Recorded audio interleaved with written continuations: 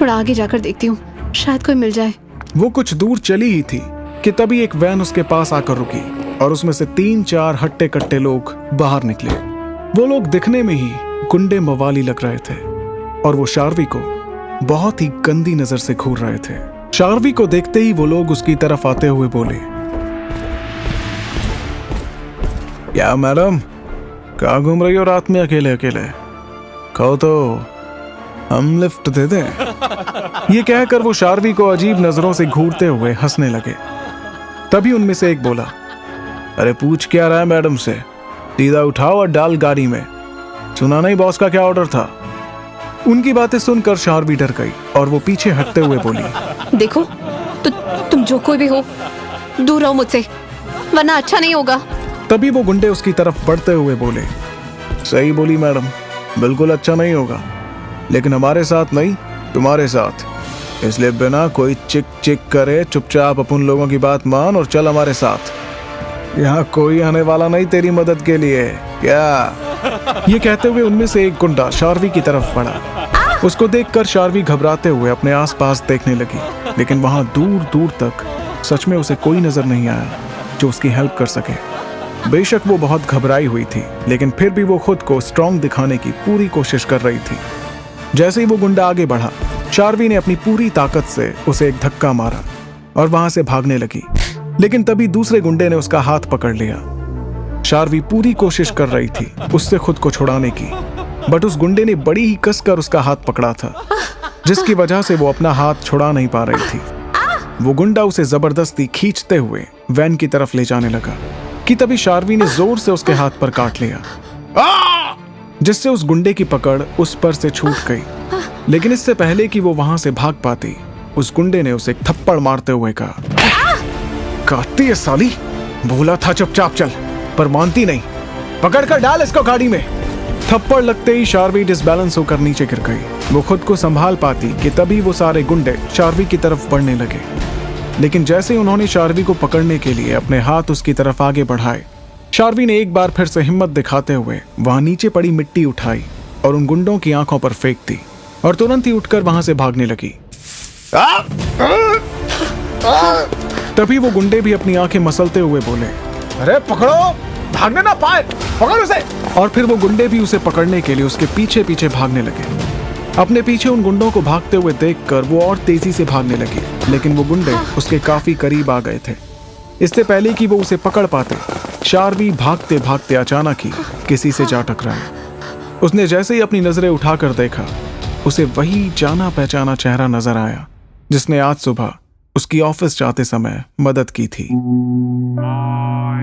आहान को वहां देखते ही शार्वी के घबराए चेहरे पर अचानक ही एक सुकून नजर आने लगा, जैसे कि वो अब सेफ है। आहान ने शार्वी की हालत देखी तो उसके बिखरे बाल और उसके चेहरे पर लगे थप्पड़ के निशान को देखते ही उसकी आंखें गुस्से से जल उठी। उसने धीरे से उसके गाल पर हाथ रखते हुए कहा, तुम ठीक हो? भागने की वजह से शार्वी की सांसें बहुत तेजी से चल रही थीं। वो हांफते हुए बोली, हाँ, वो मेरे पीछे कुछ गुंडे। उसने इतना बोला ही था कि तभी एक गुंडे की आवाज आई, ए, तू जो भी है, इस छोकरी को अपन के हवाले कर और निकल यहां से। उस गुंडे की आवाज सुनकर आहान ने शार्वी का हाथ पकड़ा और बोला, हिम्मत है तो आ और आकर ले जा। ये सुनकर वो गुंडा हंसते हुए बोला, तू अपन से हिम्मत की बात करता है? देख, अपनी जान प्यारी है तो इस छोकरी को इधर भेज और निकल यहां से, वरना जान से जाएगा। आहान ने उसे गुस्से से घूरते हुए कहा, यहां आ और ले जा इसे। ये सुनकर वो गुंडा आगे आया और जैसे ही शार्वी को पकड़ने के लिए उसकी तरफ अपना हाथ बढ़ाया, अचानक ही आहान ने उसका हाथ पकड़कर मरोड़ दिया। मेरा हाथ तोड़ दिया। तभी वो गुंडा चीखते हुए अपना हाथ पकड़कर जमीन पर बैठ गया। उसके हाथ की हड्डी टूट चुकी थी। ये देखकर दूसरा गुंडा आगे आया, लेकिन तभी आहान ने उसे एक जोरदार किक मारी, जिससे वो लड़खड़ाते हुए पीछे जा गिरा। ये देखकर दूसरे गुंडे सहम गए। शार्वी तो ये सब देखकर ही अपनी जगह पर जम सी गई। तभी आहान उन्हें गुस्से से घूरते हुए बोला, और किसी को आना है तभी बाकी के गुंडे एक साथ आगे आए और आहान से फाइट करने लगे, लेकिन आहान ने उन्हें मार मार कर अधमरा कर दिया। तभी एक गुंडा जो जमीन पर पड़ा था उसने चाकू निकाला और पीछे से ही आहान पर वार किया। आहान एकदम से साइड हो गया, लेकिन चाकू उसकी बाहों को छूकर निकल गया। उसे एक हल्का सा कट लग गया जिससे उसकी बाह से खून टपकने लगा, लेकिन उसने उस गुंडे को पकड़कर उसका हाथ पीछे की तरफ मरोड़ दिया। भाई गलती हो गई, भाई गलती हो गई, भाई छोड़ दो। और जमीन पर पटक कर उसे इतना मारा कि वो वहीं बेहोश हो गया। तभी एक गुंडे का फोन रिंग हुआ। आहान ने उसका फोन निकाला तो किसी बॉस का नंबर शो हो रहा था। आहान ने जैसे ही फोन रिसीव करके कान पर लगाया, उधर से आवाज आई, कहाँ मर रहे हो? उसे लेकर क्यों नहीं आया अभी तक? मुझे वो लड़की किसी भी कीमत पर चाहिए, समझे तुम? और इतना कहते ही कॉल कट हो गया। ये सुनकर आहान ने गुस्से से फोन की तरफ घूरा और उसे ऑफ करके अपनी पॉकेट में डाल लिया। सारे गुंडे जमीन पर बेहोश पड़े थे और शार्वी तो अभी भी शॉक्ड सी वहीं खड़ी थी। आहान उसके पास आया और उसका हाथ पकड़कर अपनी गाड़ी की तरफ ले गया। इससे पहले शार्वी कुछ बोल पाती, वो झटके से उसका हाथ छोड़कर उस पर चिल्लाते हुए बोला, आर यू मैड? इतनी लापरवाह तुम कैसे हो सकती हो? इतनी रात को तुम अकेले यहां पर कर क्या रही थी, इस सुनसान रोड पर, वो भी? शार्वी उसके गुस्से से भरी आवाज सुनकर सहम गई। वो हकलाते हुए बोली, वो मैं उसने इतना कहा ही था कि तभी आहान फिर से चिल्लाते हुए बोला, क्या वो मैं? वैसे तो इतना बोलती हो, अब क्या हुआ? अब चुप क्यों हो? तुम जानती भी हो अगर मैं अभी टाइम पर नहीं आया होता तो तुम्हारे साथ क्या हो सकता था, बेवकूफ लड़की। एक्चुअली उस फोन कॉल को सुनकर आहान यही सोच रहा था कि अगर आज वो टाइम पर नहीं आया होता तो वो शार्वी को खो सकता था। यही सब सोच सोच कर आहान इतने ज्यादा गुस्से में था कि वो खुद पर कंट्रोल ही नहीं रख पाया और गुस्से में शार्वी पर चिल्ला पड़ा। लेकिन जब उसने देखा कि शार्वी चुपचाप सर झुकाए खड़ी है, कुछ बोल नहीं रही, तो उसने अपने माथे पर हाथ फेरते हुए खुद को शांत किया और उसका चेहरा ऊपर उठाते हुए बोला, देखो मैं इस वक्त। उसने इतना बोला ही था कि उसकी नजर शार्वी के चेहरे पर पड़ी, जिसकी आंखें आंसुओं से भरी हुई थी, लेकिन वो अपने होठों को भींचकर खुद को रोने से रोकने की पूरी कोशिश कर रही थी। ये देखकर आहान का दिल तड़प उठा और उसने शार्वी को खींचकर अपनी बाहों में भर लिया। शार्वी, जिसने अब तक अपने आंसुओं को बहने से रोक रखा था, आहान के गले लगते ही फूट फूट कर रोने लगी। एक ही दिन में 3 बार मोलेस्ट होने की वजह से वो अंदर ही अंदर टूट गई थी, लेकिन फिर भी वो खुद को स्ट्रांग बनाए रखे हुए थी। वो रोना चाहती थी, पर फिर भी उसने खुद को रोने से रोका हुआ था, क्योंकि वो जानती थी वो अकेली है और अकेले ही उसे खुद को संभालना है। लेकिन जिस तरह आहान ने उसे गले लगाया, उसे लगा जैसे वो उसकी बाहों में अब सबसे ज्यादा सेफ है, कोई है जो उसे संभाल सकता है। इसलिए वो खुद को रोक नहीं पाई, उसने अपने आंसुओं को बहने दिया। आहान जानता था इस वक्त वो किस हालात से गुजर रही है, इसलिए उसने उसे रोने दिया और यूं ही बाहों में लिए उसके सर को सहलाता रहा।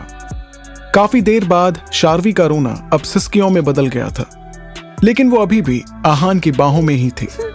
तब आहान ने उसे शांत कराते हुए कहा, तुम्हारे आंसुओं से मेरी पूरी शर्ट भीग चुकी है, बट अगर तुम यूं ही मेरी बाहों में सारी रात खड़े रहना चाहती हो तो मुझे उससे कोई प्रॉब्लम नहीं है। ये सुनते ही शार्वी को रियलाइज हुआ कि वो काफी टाइम से आहान के गले लगकर खड़ी है और रोए जा रही है। ये सब दिमाग में आते ही वो तुरंत आहान से अलग हुई और झेपते हुए बोली, सॉरी। वो तभी आहान अपनी गाड़ी से पानी की बोतल शार्वी को देते हुए बोला, जल्दी से पानी पियो और गाड़ी में बैठो, रात काफी हो चुकी है, तो मैं तुम्हारे घर ड्रॉप कर देता हूं। शार्वी ने तुरंत ही आहान से पानी की बोतल ली और जल्दी जल्दी पानी पीने लगी। इतनी देर रोने की वजह से उसका गला सूख चुका था। शार्वी के पानी पीते ही आहान उससे बोतल वापस लेते हुए बोला, नाउ फीलिंग बेटर? शार्वी ने धीरे से अपना सर हाँ में हिलाया और बोली, ठीक हो अब, थैंक्स। ओके, गाड़ी में बैठो। आहान ने गाड़ी का डोर ओपन करते हुए कहा। जैसे ही शार्वी गाड़ी में बैठी, उसकी नजर आहान के हाथ पर पड़ी, जिसमें से खून निकल रहा था। वो हड़बड़ाकर आहान का हाथ पकड़ते हुए बोली, तुम्हें तो बहुत चोट लगी है, हमें पहले हॉस्पिटल जाना चाहिए। उसकी बात सुनकर आहान अपने हाथ की तरफ देखते हुए बोला, इट्स नॉर्मल, ज्यादा नहीं लगा, तुम्हें चिंता करने की जरूरत नहीं है। आहान की बात सुनकर शार्वी जल्दी से बोली, कितना खून निकल रहा है और तुम बोल रहे हो इट्स नॉर्मल। हमें हॉस्पिटल चलकर ड्रेसिंग करा लेनी चाहिए, वरना तुम्हें इन्फेक्शन हो सकता है। तभी आहान बोला, मैंने कहा ना, तुम्हें फिक्र करने की जरूरत नहीं है, छोटी सी चोट है, बाद में ड्रेसिंग करा लूंगा, पहले तुम्हें तुम्हारे घर छोड़ दूं, रात काफी हो चुकी है। उसकी बात सुनकर शार्वी बोली, बट तुम्हें ये चोट मेरी वजह से लगी है तो। शार्वी ने इतना बोला ही था कि तभी आहान उसके एकदम करीब आया। उसको अपने इतने करीब देखकर शार्वी घबराते हुए बोली, तुम ये क्या कर रहे हो? तभी उसने देखा कि आहान ने उसका स्टॉल लेकर अपनी बाह पर लपेट लिया। ये देखकर शार्वी अपनी बड़ी आंखें करते हुए बोली, ये क्या किया तुमने? मेरा स्टॉल, वो खराब हो जाएगा।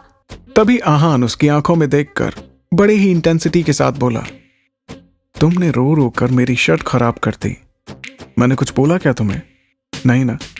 और अभी अभी तो तुमने बोला कि मुझे ये चोट तुम्हारी वजह से लगी है, तो क्या तुम मेरे लिए एक स्टॉल खराब नहीं कर सकती? उसकी ये बात सुनकर शार्वी ने अपनी नजरें झुका ली और उसे अब खुद पर ही शर्म आ रही थी कि वो कैसे किसी अजनबी के गले लगकर यूं रो सकती है जिसे वो ठीक से जानती भी नहीं है। लेकिन वो ये भी जानती थी कि अगर आज वक्त पर आहान नहीं आता तो पता नहीं उसके साथ क्या हो जाता। यही सब सोचते हुए उसने आहान से कुछ नहीं कहा और खामोशी से अपनी आंखें बंद करके अपना सिर पीछे वाली सीट से लगा लिया। आहान ने एक नजर उसकी तरफ देखा और अपनी कार स्टार्ट करके वहां से निकल गया। जैसे ही आहान ने शार्वी के घर के बाहर गाड़ी रोकी, शार्वी गाड़ी से बाहर निकलकर धीरे से बोली, thank you so much mister Aahan Roy. Aahan ने शार्वी की बात बीच में ही काटते हुए कहा। शार्वी उसकी बात सुनकर बोली, thank you so much mister Roy, अगर आज आप नहीं होते तो।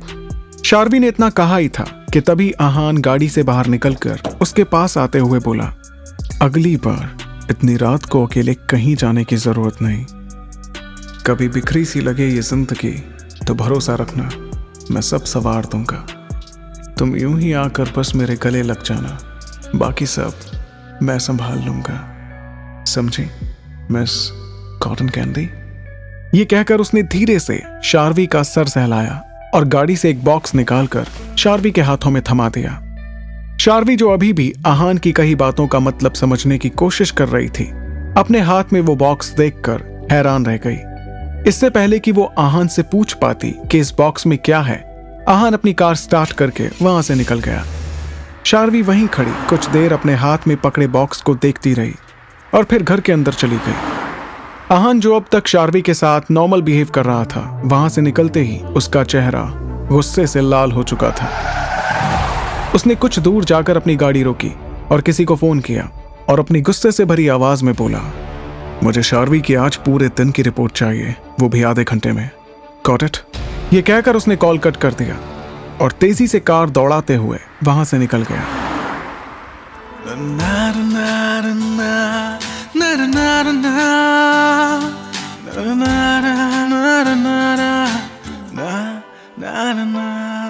एहसास तेरा हर पल साथ है, अब तू ही जिंदगी है, तू जान है। एहसास तेरा हर पल साथ है, अब तू ही जिंदगी है, तू जान है। हेलो फ्रेंड्स, मैं हूं आरजे रिवांश। उम्मीद है कि आपको ये कहानी पसंद आ रही होगी और अगर आपने अभी तक मेरे चैनल को सब्सक्राइब नहीं किया है तो इस कहानी से जुड़े अपडेट्स सबसे पहले पाने के लिए अभी मेरे चैनल को सब्सक्राइब कीजिए, बेल आइकन को प्रेस कीजिए, स्टोरी को शेयर करना बिल्कुल मत भूलिए और नीचे थैंक्स बटन को प्रेस कर रिवांश को सपोर्ट कीजिए।